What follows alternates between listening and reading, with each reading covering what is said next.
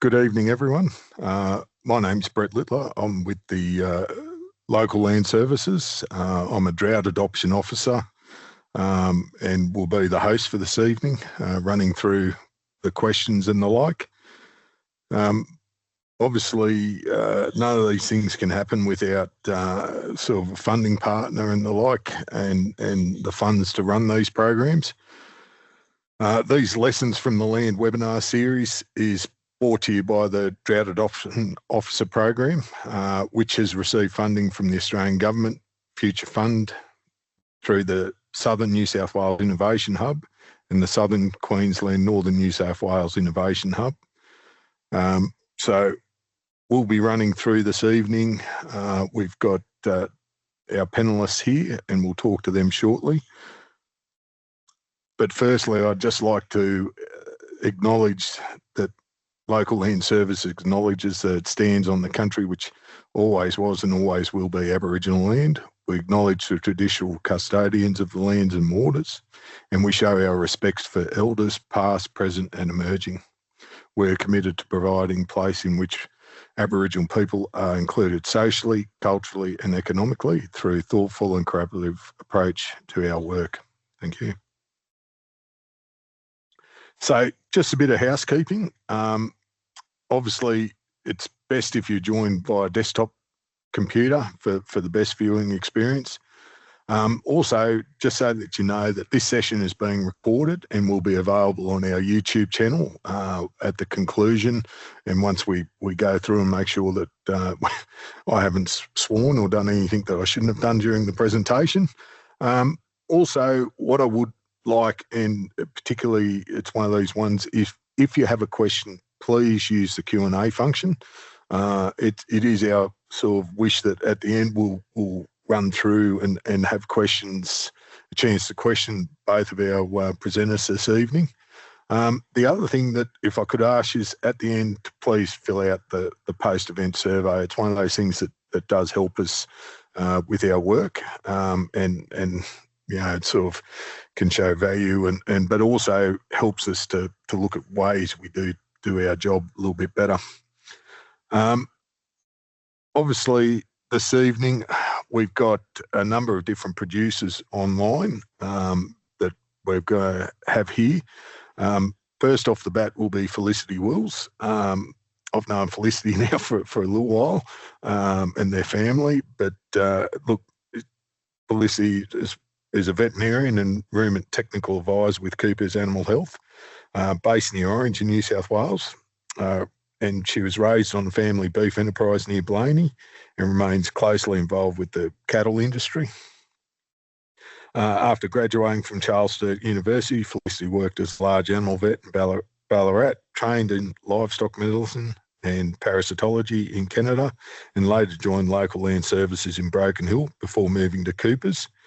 She's also, just to keep herself a bit busy, has helped manage her family 3,000 hectare Angus breeding operation and focus on producing high quality performant feedlot cattle and the like. So that's Felicity, and we'll go to her shortly. Unfortunately, this evening, due to a personal situation, Matt Avendano was going to be involved, but unfortunately, due to unforeseen circumstances, won't be able to make it on board this evening. And Matt was based up at Boggabri up in northern New South Wales. But also with us this evening is Kate Smart. Now, Kate is and her husband Matt run a 650 hectare mixed farm at Nagas, west of Gundagai. And after 2018-2019 drought, they invested in confinement feeding, water and infrastructure. They expanded into cattle trading and finishing with backgrounding. So Kate's got a background in mechanical engineering, business management, rumen nutrition. Kate applies a strong analytical focus to food efficiency, animal performance and business outcomes, and it's been quite interesting having you on to Kate over the phone over the last few weeks. So thanks very much for that as well, Kate. So to kick things off this evening, I'd really we'll kick off with Felicity, and I know fully well that Felicity is it's a family business, and I know it reasonably well. But Felicity, I was wondering if you can give us an overview of your properties, the operation that you run, and the main strategies that your family have used in previous years to manage through drought and drought conditions. Yeah, definitely. Thanks for having me, Brett, and thanks for everyone for jumping on. I suppose I will disclose at the start, while I obviously am involved in the family business, I'm not the main decision maker. So I probably look at this from a little bit of an outside perspective, but and certainly happy to share my experience and probably some of that from professional life as well, working with a lot of people and producers going through this. So I suppose background for us, we were dairy farmers that moved inland to where we are today near Blaney in New South Wales. We manage about 3,000 hectares of grazable land, and we run between 12 and 1,300 head of breeding Angus females across that. So we do actually have two different blocks. They're reasonably close together, but very different in terms of pasture improvement and how they run for us. Overall, across that 3,000 hectares, we've got about 60% improved pastures or upgraded from native pastures, so still native base with aerial seeding of phalaris and clover.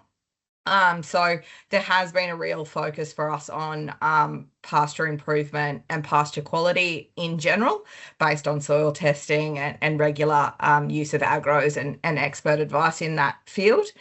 In terms of drought strategies, and I'm not sure if this comes from Dad's dairy background, but we've always had a really strong focus on fodder conservation. So in particular, a really strong focus on pitted silage for long-term fodder conservation, wrap silage for short-term use or regular use, and then also a focus on hay production and storage. So a lot of what we've done in improving how we manage dry periods is around getting better at conserving good quality fodder, and then how we utilise and feed that out during dry periods. And then I suppose more recently, with a little bit more of a focus on infrastructure upgrades. So putting in dedicated feeding pens that can be used for drought feeding, but also double as effective weaning management for us year on year. So looking at trying to get the most out of those, that infrastructure we've put in.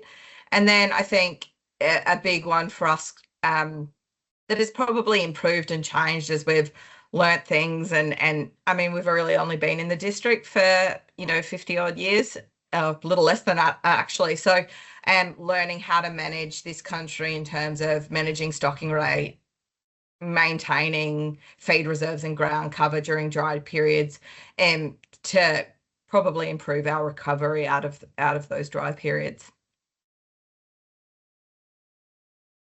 Just briefly on that fodder conservation, I know your dad always worries me when he turns up to the field and I'm starting to talk about it, because I know I've got someone with an A grade. I mean, I know sort of some of the discussion that quality is, when particularly I know dealing with that in the past, it's sort of one of the key things that your dad really does concentrate on, making sure that it is good quality. Felicity, would you comment? 100%. So I think, and that comes down to a lot of things, is the fodder base that we use for silage. So we kind of run two different programs in that we do a lot of pasture-based silage, so just cutting the improved pastures, but we do often grow summer crops. So sorghum, Sudan grass is a general one for us that really we've found consistently year on year provides a really good quality silage, which when we go to use on feed tests kind of gives that right balance of energy and protein for feeding cattle. So that comes down to obviously growing the right base to conserve, getting that information and expertise on the best ways to conserve and store, and then also really regularly using feed tests both pre-production and then once we're using it, to have a really firm handle on the quality of feed that we're giving out, so that we can manage that in terms of quantity and allocation to different stock types, and the use of our feed, or using that feed as effectively as possible. Yes. So When you're thinking about managing cattle during a drought or a dry period, what are sort of the aims that you have, and trying to balance that up with the priorities, including, your pasture conservation, maintaining that core breeding herd. I know we joked about that before we came online, and that breeding stock, and also maintaining the cash flow. How's that sort of work in the family business? Yeah, I think it's probably a pretty fine balancing act, and I wouldn't say you always get it 100% right, but I think for us, our focus has really shifted to how we manage the property, and probably a stronger focus on that soil conservation, pasture conservation, and ground cover. Probably that's something I think that we've got a lot better at doing, and placed a much higher priority on. So making decisions earlier to pull cattle out of paddocks, put them into, and we do run sacrifice paddocks, so higher stock density, bigger mobs for feeding, and probably doing that earlier than we would have done previously has been a big one for us. And yes, I was joking with you earlier, Brett. I say this cavalierly because I haven't spent my life doing it, but I suppose we have had to find that balance of obviously wanting to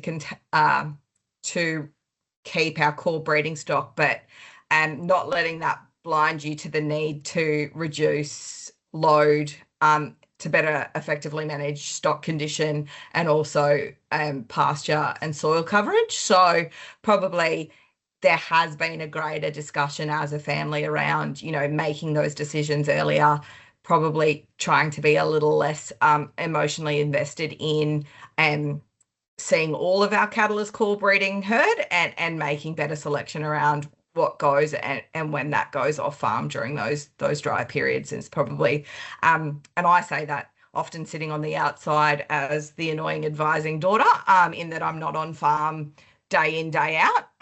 And maybe in some respects that does help to push those decisions along, because I often can be slightly a little bit more dispassionate about that emotional connection to some of those things. Yes.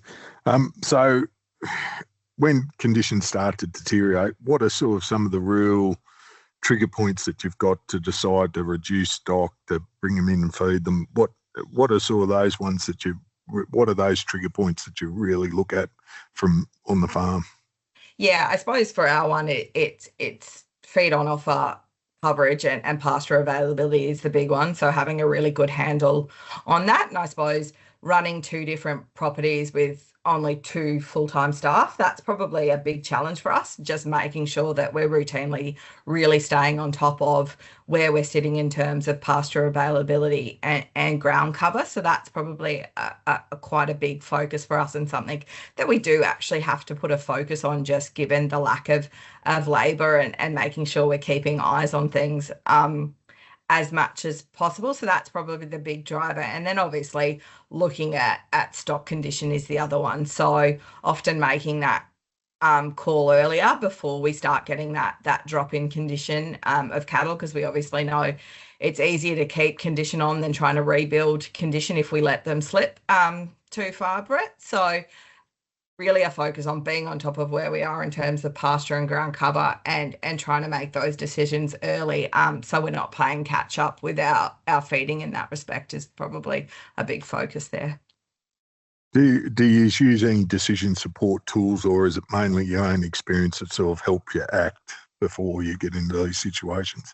I would say a big driver is experience. Like Dad for us is still a huge influence on those decisions, and he has, a wealth of experience, but we're certainly not shy in reaching out. As you've said from the start, we've worked with you for a long time, Brett.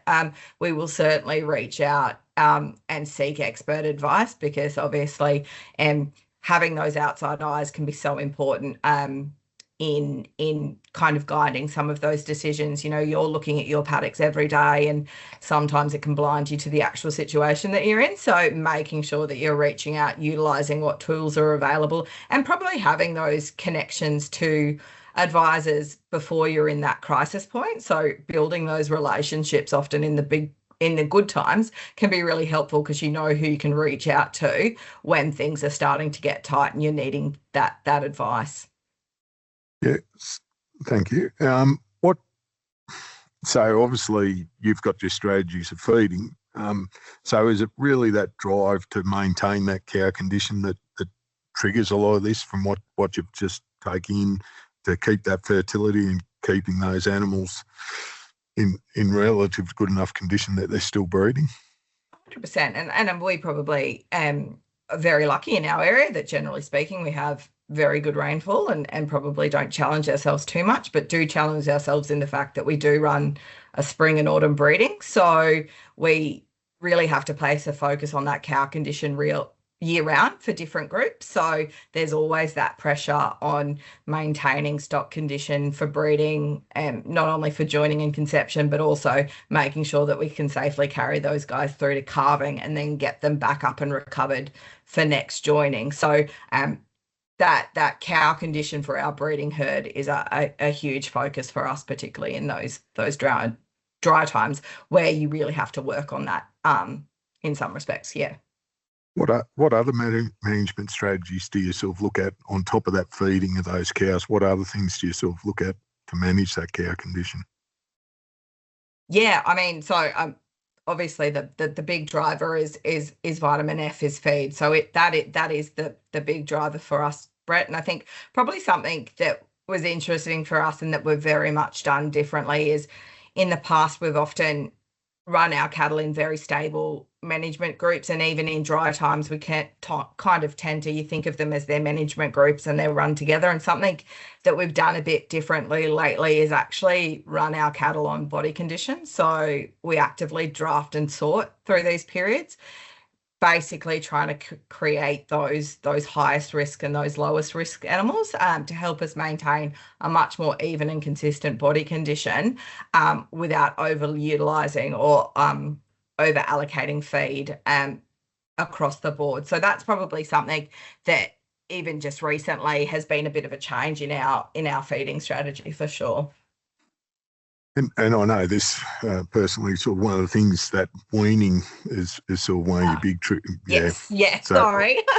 Thanks for the prompt, Brett. Yes, so I mean, again, being in a relatively stable weather area, and weaning for us is probably it can be, I would say, probably fairly lax. Like, they'll often stay on mums probably longer than they should sometimes, and we get away with that. So definitely a focus for us when it gets drier is a real firm kind of focus on when we're pulling those calves off mum. So as soon as condition starts to slip, or hopefully before the decision is made to pull those calves off, and the feeding pens that we put in were specifically designed not only to be used obviously as drought feeding, but specifically designed to best cater for those younger weaning stock. So we can use it year in, year out, and I think probably something that we'll move towards now that we've had more experience with feeding cattle is a more routine program for pulling those calves off earlier and feeding them in those facilities that we've put in. We've just had a question come in, and it's probably relevant. The question is that you mentioned dedicated pens for drought feeding and weaning management, also use of sacrifice paddocks. What are the sort of numbers ahead that you look at running in dedicated pens and sacrifice paddocks? I know the pens are relatively new, but yep. But the sacrifice paddocks, you might cover both of those if you could. Yeah, definitely. So for the pens that we've put in for the weaner, for our standard kind of weaning weight of that 200 plus, we probably fit about 80 heads. So they're not huge, but we've got 5 of them there. So that's basically a typical weaning turn for us. So that's kind of what we look for the weaning pen. For our sacrifice paddocks, depending on which property we're on and what we're using, we're probably still only looking at mobs of 150 to 180, so not huge, because we will have several sacrifice paddocks. But generally speaking, for the split up of our paddock size, sitting at that kind of just under 30 hectares, we kind of sit at probably that 150 to 180 would be pretty comfortable for us. And there's enough work saying mob size. You've got to be careful. Size and areas and everything. But yeah, and everyone's different. Like most of our paddocks only have one water source, being a dam. We are actively working at putting in trough systems when needed. So we do have bore water and stored water. So being able to utilise some of those paddocks better by adding in additional water sources. And that's something that we have actively been looking at. So just a few more questions here, Lucy. Obviously, there's a fair bit of pressure that comes on, but what pressures do you and the family sort of feel to keep the breeders and calves productive, and how did that weigh on the family unit? I know it sort of, particularly in that 17, 18, 19, it sort of it puts a bit of pressure on. Just your thoughts on that? It certainly does, and I think it kind of goes one or two ways. It pushes you apart and pulls you together, and I think very luckily for us, there's that real sense of pulling you together. We probably struggle with labour is our biggest one. So often we make decisions and we know what we want to do, and labour can be a real challenge. As a lot of you would know, feeding large numbers of cattle is a time-consuming job. So finding those ways to utilise what resources we have to effectively kind of share that load and try to have that balance between, yes, it's obviously a really time intensive and busy and stressful period, but making sure that we're sharing that load, having that good communication so that people do get that mental break away from it. And really actively talking about these things. So making sure that you're getting around the kitchen table with all the people involved. So, Dad and John, who do the bulk of the day-to-day physical and decision-making, but, making sure that we're pulling in, myself that sits in often more an advisory capacity, pulling in my mother, who obviously has to live with us all and really cares about how things are going, and making sure we're actively having those conversations on how everyone's going and where they're sitting and who needs support is really, really important. But I think for us, and something that we've learned, and probably something that we'll have to look at in the future, is that labour is a huge kind of part of the stressor for us in managing those dry periods. I think you answered the next question. So in a family business emotion and decisions often mix. How do you navigate drought planning with multiple generations? I think you just answered that one pretty well for us. I think it is, and probably one thing that I would say and that I think we've learnt is having these plans and having these discussions in place before things go awry or things get really challenging. So making sure that you have a bit of an after action debrief after a dry period, and probably have a bit of a kind of plan on who sits where, what people's roles are, who's the decision maker or decision makers and drivers of those decision makers before you're in that kind of high pressure situation, has been really helpful for us as a family, not wanting to step on each other's toes or offend people, obviously. And then, yeah, as I said, really just trying to manage that communication is a huge part of it. So looking back over the past and obviously, growing up with it, what's really been the belief or mindset that's completely changed for your family over the last sort of 10, 15, 20 years? Oh, that's a tricky one, Brett. I think probably there has probably the biggest shift that I've noticed just looking in is Dad has always been a passionate animal man. He was a dairy farmer and could name every one of his milking cows. He has a real passion for animals and his cattle. I think one of the biggest shift is that I've noticed when I talk to him is that much firmer shift to the conversation doesn't always start with the cattle. It quite often will start with land, fodder, pasture, soil, and the thing that is harder for us to change and manipulate in a lot of ways. So I think for us, that mentality shift away from a primary focus or a sole focus on animal and production to a more holistic thinking, and probably a bigger focus on that pasture, soil, and fodder side of things, Brett, would probably be the biggest shift that I've noticed. Yeah. Also, just obviously, in your situation, how do you maintain the momentum on longer term goals like succession or business expansion when sort of the drought starts to put you under the pump? As you said, the labour's short. You're making decisions on the run. You do have a plan, but you're still making day-to-day decisions. How do you sort of handle that trying to sort out the long-term goals for your business and the family? Yeah, and I think that's really come down to having those firm plans in place, but also having those discussions. So I think all of us having an active stake in the business and a passion for the business, each of us kind of know where we sit and what our roles are, and probably who is in the best position to take the step back and say, we're in it at the moment, but we still have to be thinking about these other things, because they're rumbling along in the background, and we have to keep a focus on that. And I think we've actively, as a family, consistently had conversations, as you said, around things such as succession, who fits where in the business, and kind of what their role is. And I think having those kind of clear discussions, clear roles have been really helpful for us in keeping the business moving forward, even when so much of our day-to-day is sucked into just keeping things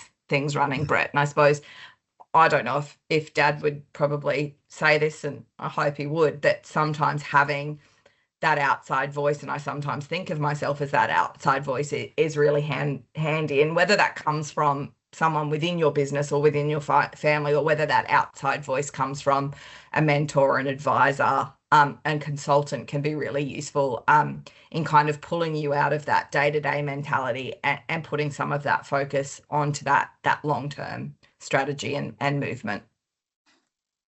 Thanks very much, mate. I've just got one question that I think is probably worthwhile whacking in now. You've mentioned about maintaining the condition on those cows. What sort of your real critical targets for both mature cows and heifers, where you sort of start to pull those triggers before joining and the like? Yeah, so I mean, our body condition score triggers probably don't change a lot from good to bad years. Like, we really do try to keep that consistent. So when we think about it, 2.5 for our mature cow going in to joining would be a big one. We probably try to keep a little bit more cover on our higher risk groups, heifers and second calvers, or first calf heifers, in terms of 2.5, 3, trying to keep a little bit more cover on those higher risk girls that we know will probably pull a little bit more off over that production period. Plus, also, you will slip in feed during joining. I know that. 100%. Yeah. if it's not quite good enough, it soon gets there. Yeah. Sorry. So thanks very much for that, Lizzie. Obviously, that's been great, and we'll get you to hold on for the questions at the end. But we might just currently just move over to. Sorry, Brett is not a technical guru. We'll just go through quickly Matt's there, and on to you, Kate. Thanks very much for joining us, Kate. Obviously, there's some information there, but Kate, could you tell us a little bit about your cattle operation, where you're based, and how you typically manage your property through the seasons plus dry seasons? Thanks, Brett. We're fairly small compared to Felicity.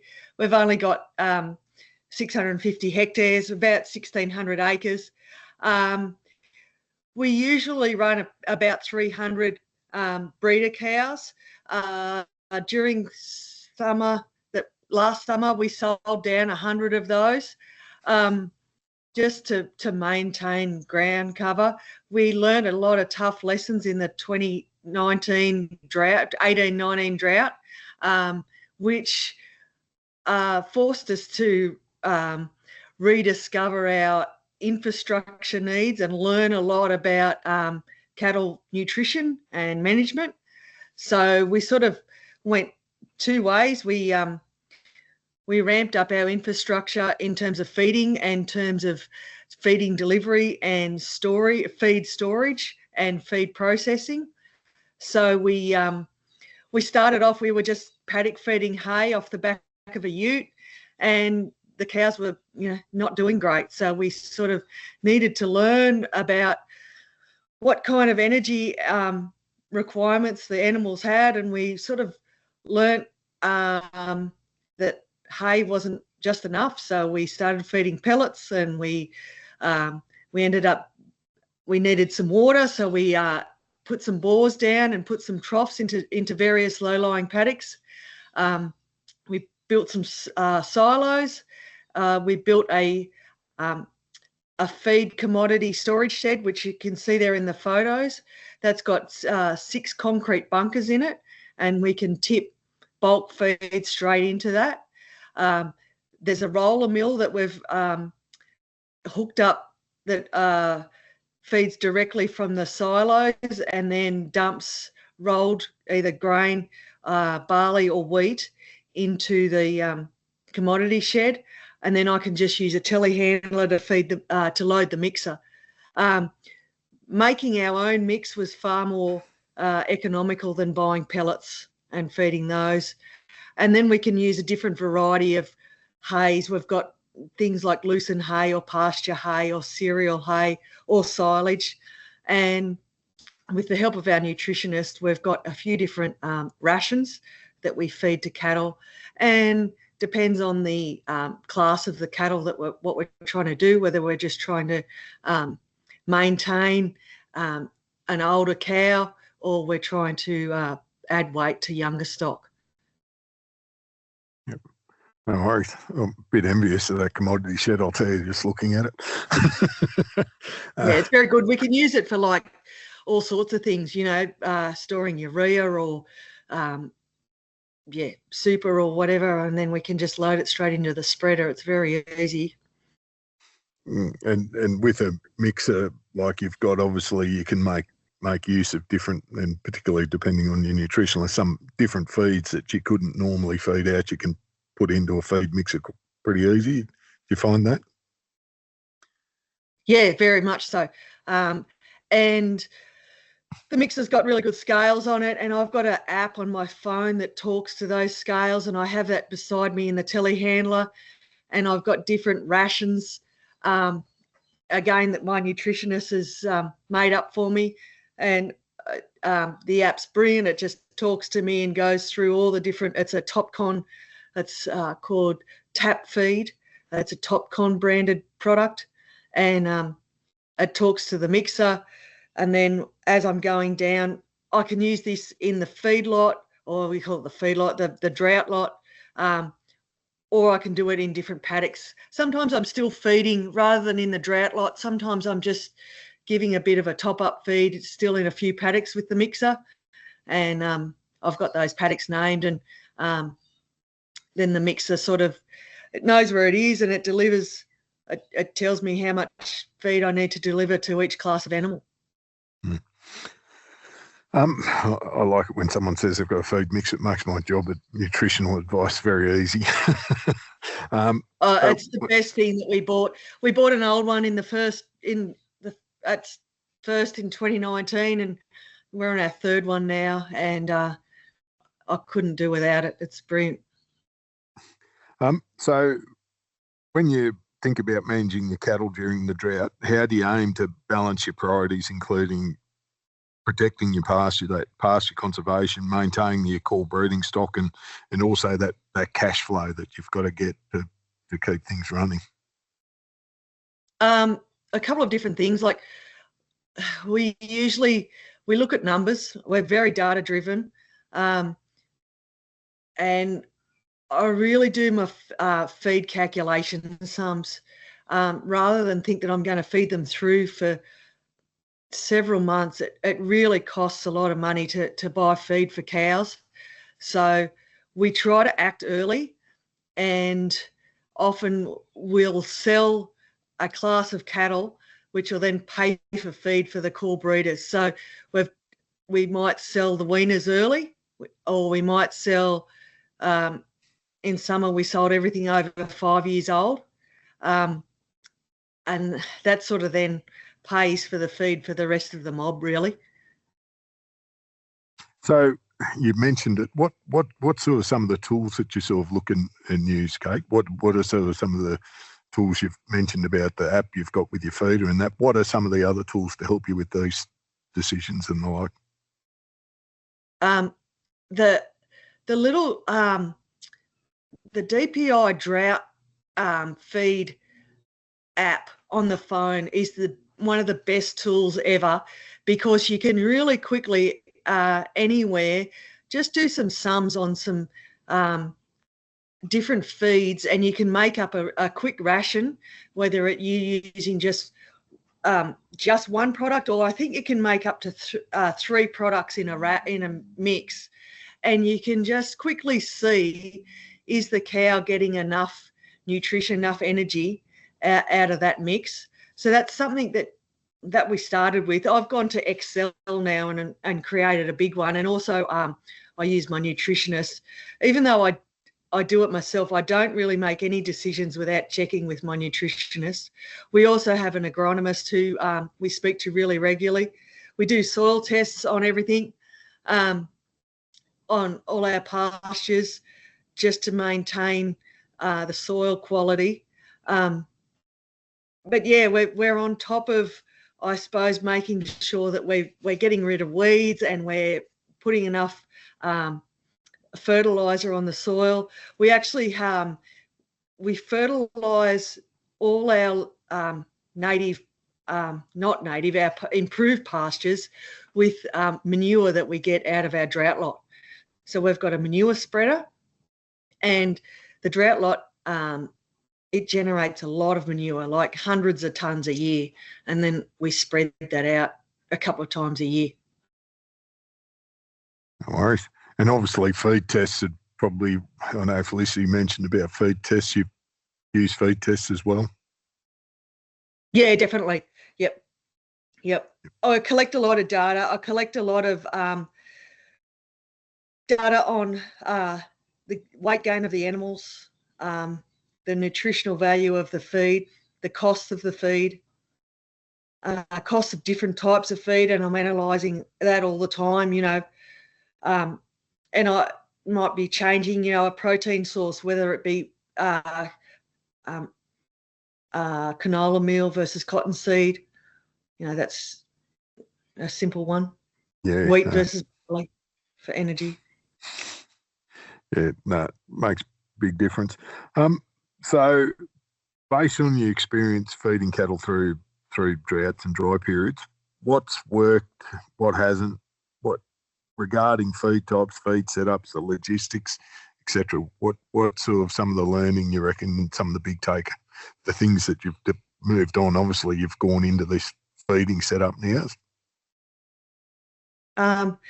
Not knowing the nutritional value of the feed is a big mistake, because you could be feeding and wasting money on a hay or a silage that's not got enough nutrients in it to maintain body weight, and it really could take a couple of weeks and your cattle are still slipping in weight, and then it's really hard to get them back up to where you started from, and it's cost you probably a couple of truckloads of hay to learn that lesson. And I think that's where the mix is good, that you can mix even a pellet or a hay or a grain with the hay.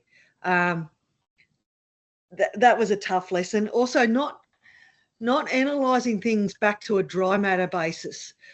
If you're saying that one product, a product might seem cheap, but it might be 30% water.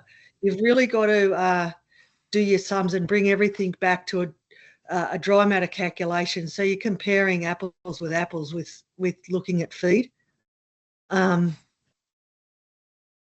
They're probably some of the tough lessons that we learnt.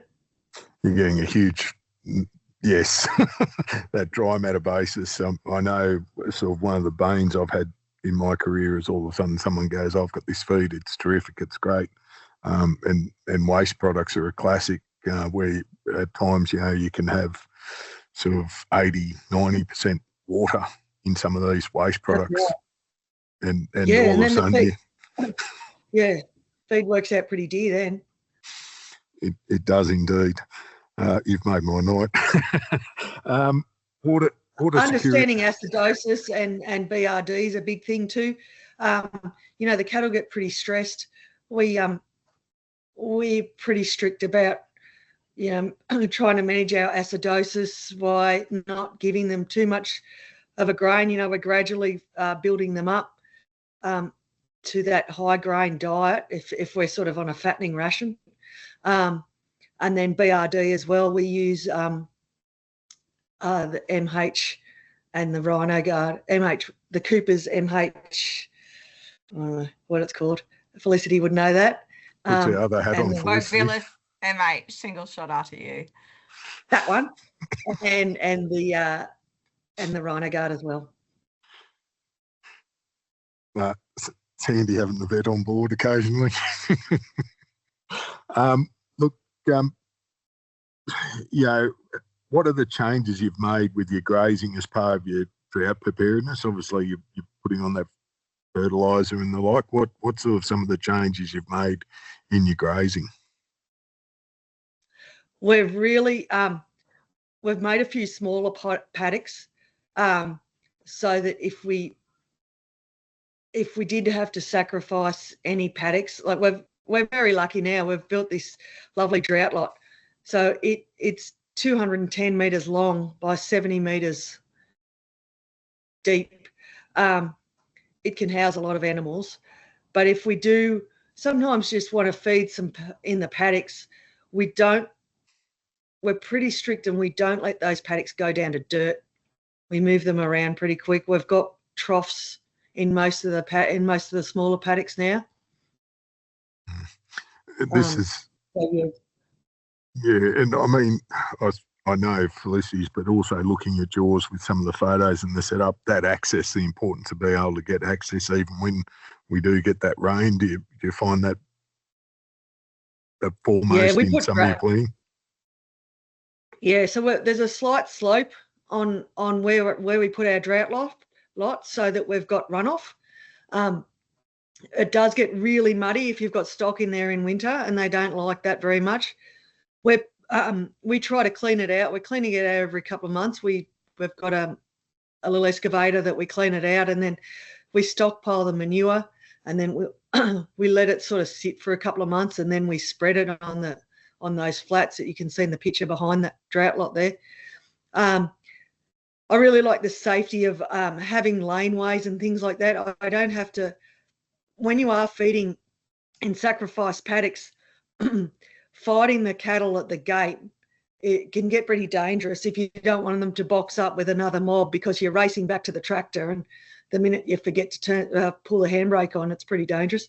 Not that I've done that, but I love that I don't have to fight for them to, they're all inside different pens if I need them to be, and I'm not getting out and opening a gate. I just run along the laneway and feed into a feed bunk. It's very safe and the cattle are secure. I love it. Yeah, we call that lovely one hardware's disease, because all of a sudden you start running into them, bumping into them and causing a few little issues when they're starting to put the pressure on. Always an interesting one. So, okay, I preempted this one before with your water security. It's often overlooked and until it's too late or you've got an issue. What sort of, looking at that water availability and quality and product, what sort of some of the things and tips that you would give, and what's your thoughts on that water for the stock? Yeah, it's very tough. We put in a couple of bores in 2019, and we built some more dams as well, but obviously they didn't fill up that year. And then this summer as well, we had water trouble, so we put in another couple of bores. So, the problem with the bore is it doesn't have a gauge.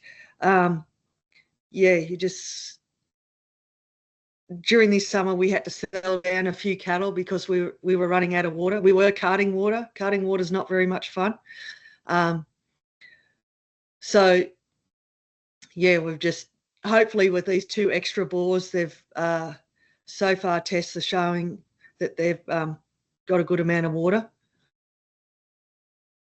Yeah, it's one of these learnings that we had too with some of these bores. I know where we started to run into issues because the quality of as the drought went on and on, the water quality, the water declined, concentrated. All of a sudden, we had some quality issues, which then, we had some stock stop drinking, we had bladder stones. There was a whole heap of myriad of things. And when stock stopped drinking, they stopped eating. And then all of a sudden, people that fix water and all of a sudden go on. So, yeah, it's sort of one of those things. It's, as I said to you at the beginning, it's always one of those ones, that water side of things is vitally important. It's so over the years, the investments you made before drought, such as infrastructure and genetics training, what's turned out to be more valuable than you expected? And I know you've talked about the nutrition side of things and other bits and pieces. Personal training was really valuable. I went to as many things like this. There might have been a LLS day. It might have been an MLA day, something that our local vets have put on. As many, could have been a drought thing or a confinement feeding thing. I looked up a lot of stuff on YouTube, just personal development on learning about confinement feeding, learning about the requirements of the cattle nutrition, and learning about the feed, different feed stuffs, and then the cattle health. I'm not a vet, so I learned a lot about acidosis and BRD and the things that are important to me in a day-to-day business. The other valuable things, well, I think that we've spent a lot of money on the infrastructure. So to sort of make the infrastructure pay off, we've sort of used the drought lot as a bit of an opportunity feed lot, and we're doing a little bit of trading in and out of it. Otherwise, to sit around and have it empty for a long time costs a lot of money. But just doing it right to start with. We started off with just the fences were just netting and wire. We still had the feed bunks, but just the fences around it were netting and wire, and the cattle rubbed on it and then eventually pushed through it and pushed it over, especially when it sort of got wet. So yeah, now we've sort of replaced that with bull rail and some of the stay tight cattle wire. Doing it right with that feed shed has just been made it so easy for me, as I don't have to start up different tractors to turn on PDOs to turn, get augers to go and things like that. Everything's at a press of a button. And the mixer, we've had a couple of older mixers. The new mixer with the twin screw it does a great job.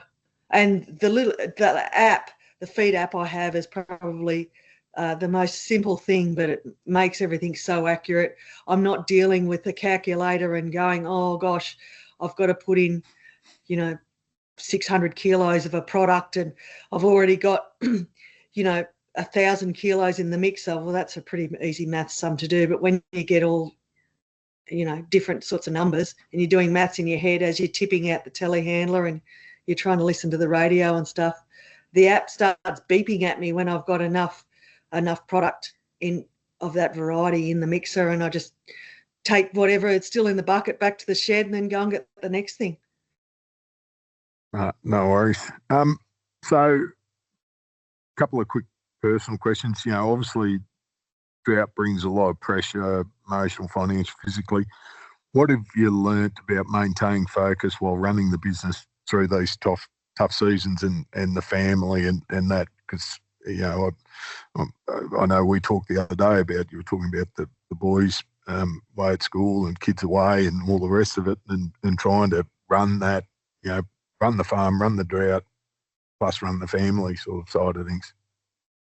Yeah, it can get pretty tough at times, and I think a big mortgage and big debt is a big motivator. You just keep going. I think we try to take time out. I think we've got to just sit down and take a deep breath and look at our numbers. And, if times are tough, it's like, well, what can we sell? What class of stock can we sell? Do we wean early and sell weaners rather than feed them through, or we sell older stock? And then it's just try to, let's just get off the farm, go and watch the footy, or go for a water ski or something like that. Just try and take a deep breath and go and do something enjoyable. Spend some time with your family. Good advice. So, obviously that decision making when you're stressed and tired and under pressure. I know you've talked about the people, you've got your nutritionist, your agronomist and that, and you've also got, that app. It's automatically, I think the Drought app has got the, I think there's 43 automated warnings that come up if you start doing, like it's talking to an old livestock officer, goes, oh, don't do that. But what sort of your decision approach when you're stressed, tired? What systems do you have? What strategies do you really rely on when you're going through it?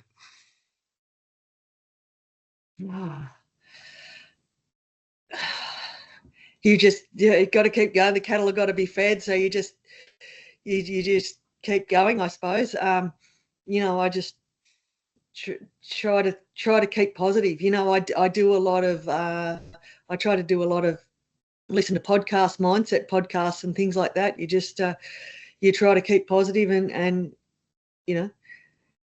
hopefully you sell enough stock to pay for feed. Or I think trading has really helped us in terms of cash flow.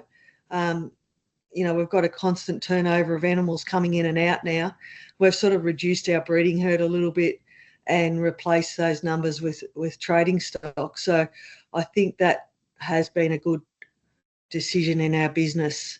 It helps with the cash flow turnover. And then I can also easily flick them if I need to, if we come to another dry spell. So I think making decisions early, making them on data, not getting attached to what class of cattle you've got to sell. You just got to do it based on the data. Okay. That's answered quite a few questions I was actually going to throw at you. I've just looked at a couple there. So thank you. We've got a couple of questions coming there, Kate, and Felicia, if I could get you to turn your mic on as well.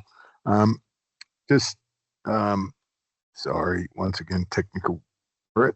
I suppose now's the chance to open up the questions from the audience with people have got. We've got here a question from Kate and Mark. Felicity, how many hectares in size approximately are your sacrifice paddocks that you tend to use on your farm? Yeah, so we probably are a little bit constrained by, we tend to try to choose sacrifice paddocks that are closest to feed storage, so we're not having to carp feed too much. So most of those will sit, we've probably got some smaller ones that sit about that kind of 15 to 18 hectares, but most of them will sit that kind of 30 hectares would be pretty standard for us for paddock size. And we haven't as of yet, and it's something to think about whether we try to break those down even with temporary fencing. But at this stage, we've been using existing paddock structures to do that in. Yeah. Just for your breeding herd there, Felicity, how many breeders do you run in your non-drought conditions, sort of in your mob sizes that you tend to run? Yeah, not too much bigger than probably what we do. 100 to 120 would be probably the biggest we sit. Certainly, we have some smaller mobs that kind of 80 to 85 would be fairly normal, but sitting at about that 100 mark. So we probably would, 1.5 or double that when we start to condense them down into a drought feeding situation. Question also on the cows in that sacrifice paddock, when you're due to calve soon or you're about to calve, do you reduce the mob size down to smaller mobs to minimise that mismothering? Yeah, definitely. So pre-calving, probably 2 to 3 weeks before expected calving date, they'll be moved out. So they'll be put onto a bigger area, and probably max mob size for calving for us is that 80-85 on similar size paddocks, so those 30 hectares, but they will be moved out to carve down that carving in high density or carving in a sacrifice paddock is, in our experience, has been fraught with trouble. So yeah, we do actively kick them out and give them the space and kind of a more normal carving situation for them. Obviously, sometimes we do have to supplement in those calving paddocks, which for us just looks like we actually invested in a mixer too, and that's been handy for us because we can do, and generally our mix is a silage cottonseed mix, and we've just found feeding on the ground for those calving girls has worked well for us in those situations. Yeah, they'll pick that cottonseed up, won't they? Yeah. Kate, do you use any pasture forecasting tools like the farming forecaster to sort of help you with that pastures, also the moisture that's there or not there? I know there's a degree of those in the southeast LLS and into the Riverina area and the like. Do you use any of those? No, I did do a ProGraze course a few years ago, and it was very valuable. I just no, I sort of rely on my agronomist a little bit. I'm probably a bit naughty for not doing that myself, but I just I rely on him for that kind of stuff, really. Yeah, so obviously you fodder budgets and all the rest of it, you start to work out pasture quantity and quality pretty quick. What was that, sorry? Obviously with you look at doing a bit of fodder budgeting and stuff like that in the pasture quality and quality. This is a personal question, Kate. I know sort of it's one of these ones when I'm dealing with people, obviously when you've got them locked up in these small areas, how much time do you spend actually looking at the animals, looking at the poo? It's sort of one of these things I always say to people: become a poolologist, have a look at that poo, tell you what you're doing. But in a situation like you've got, where you've got them locked up and feeding, what do you sort of look at to give you some of those tells that you've got a little bit of an issue, or you're going all right, or there might be some room for improvement? I very much look at the poo a lot. I'm down there all the time. I go down sort of first thing in the day. I go and check them out, and I go right around each pen. And I just walk through and just check them out. And I talk to them. So my kids are away at school, so they're like my children. All these animals that are, I'm the crazy cow woman. From the poo you can sort of monitor acidosis. If one's looking sick, we'll pull her out. We've got a bit of a hospital pen up near the yards. We might pull her out, and if there's something really wrong, we'll get a vet out to have a look. Otherwise, we'll keep a closer eye on her up at the cattle yards. No worries. Felicity, do you collect data on your cattle to inform decision making around which animals are retained or sold or dry, etc., or any specific traits that you really chase and measure? Yeah, so we probably haven't been the best at that in the past, and it is probably a bigger priority for us going forward. We have a really strict policy on culling on reproductive performance. So in terms of using that as an indice for choice of culling in dry times, it becomes hard because essentially nothing gets a second turn on farm. So if she's not successfully reared a calf, she doesn't stay with us. So it's difficult to use that one and it's probably our biggest driver, obviously, of productivity. So we do that routinely, season on season. So harder to use that in a dry time. But one thing that we do particularly want to track, and we do have a focus on, I don't know if anyone else experienced with black cattle, our probably frame score and size of our cows have been getting bigger. So we're actively got to focus on trying to get a more moderate frame in our breeding herd. So a big focus for us is looking at how those cattle maintain condition over the production period. So where they sit in kind of against their cohort. So those cattle running in the same condition, who holds better condition than those, and using that as another selection indices for us, and really actively looking at frame score and size of our cattle, because, you know, we've found more and more that keeping condition on those bigger, framier Angus cattle is a challenge, and particularly when it comes to when you're having to supplementary feed them, and the cost of doing that is quite high. So that's probably for us in terms of keeping data and looking at it is more around body weight and body condition score through that production period. It was one of the first things I learnt when I joined the department with some of the rumen nutritionists. For every 50 kgs mature weight, a cow, you've got to feed her an extra kilo of 9 megajoule feed per day. So, and we've really seen that with the increasing size of our breeding herd, like as in physical size of the cattle. So that is a focus for us, is reaching a really productive cow, but still having that moderate or more median kind of frame score and body mature body weight. I might, just mindful of the time factor. Thank you, Kate, Felicity, for coming online and sharing with us. That's really has been terrific, and I've really enjoyed it. I think it's been good. I'm glad, Kate, you're a fellow poolologist like myself, and go out and have a look and the like. But just before we wind up, I'd like to tell you that there's another webinar in this series, Lessons for the Land.